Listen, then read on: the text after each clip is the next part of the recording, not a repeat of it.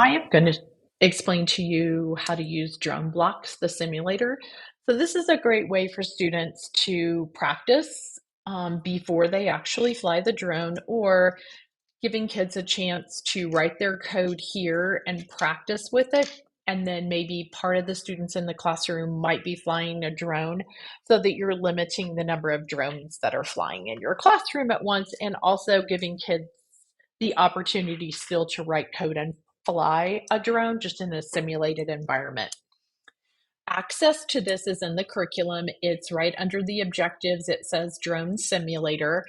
And then the code, the access code to get in here, is also in there, and it changes at the beginning of every month. And so I'm just going to, and you can create an account in here. And so students could use their Gmail or their email account to create an account so they can save their code within Drone Block Simulator as well.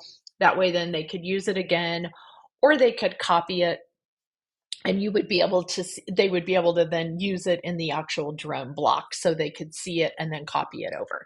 So just a chance to use this. So again, I have an account, so when I click on, I'll do that, but I'm just going to launch the city for today for you to see how this works.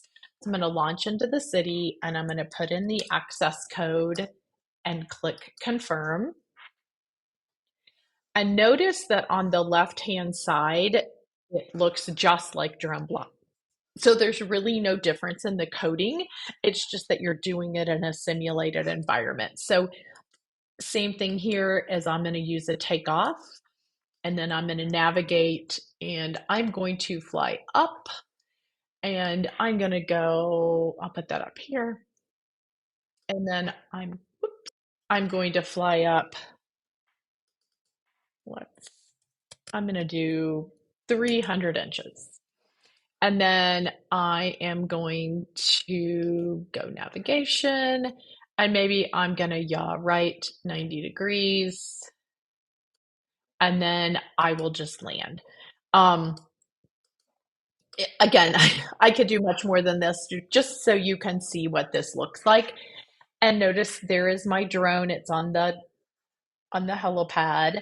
And then this is what the drone down here in the left-hand corner is, what the drone is seeing in front of it. So just like the real drone, it's kind of the camera, so I can see that. And then I would do the same thing here where I click on the three bars and I do launch mission. And my drone is going to take off, and it's going to go up 300 inches.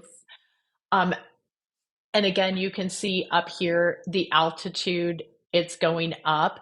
And this would probably be paying attention to this. And so then I'm going to know, like, look, I went up 300 inches, um, and it isn't very far. It turned, and then it's landing.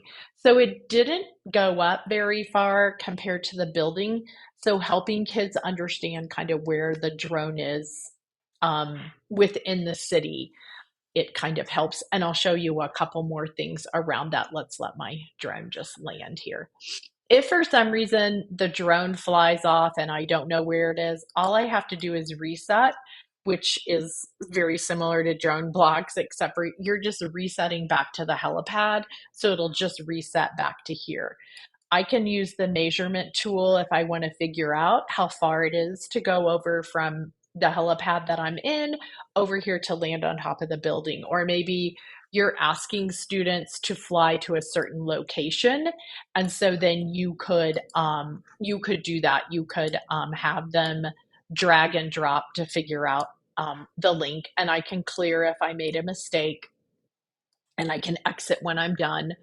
Then there's also a grid. So if you're helping kids understand where they're located within a grid system, this is a great way for them to understand X and Y access coding as well. And I can turn off the grid.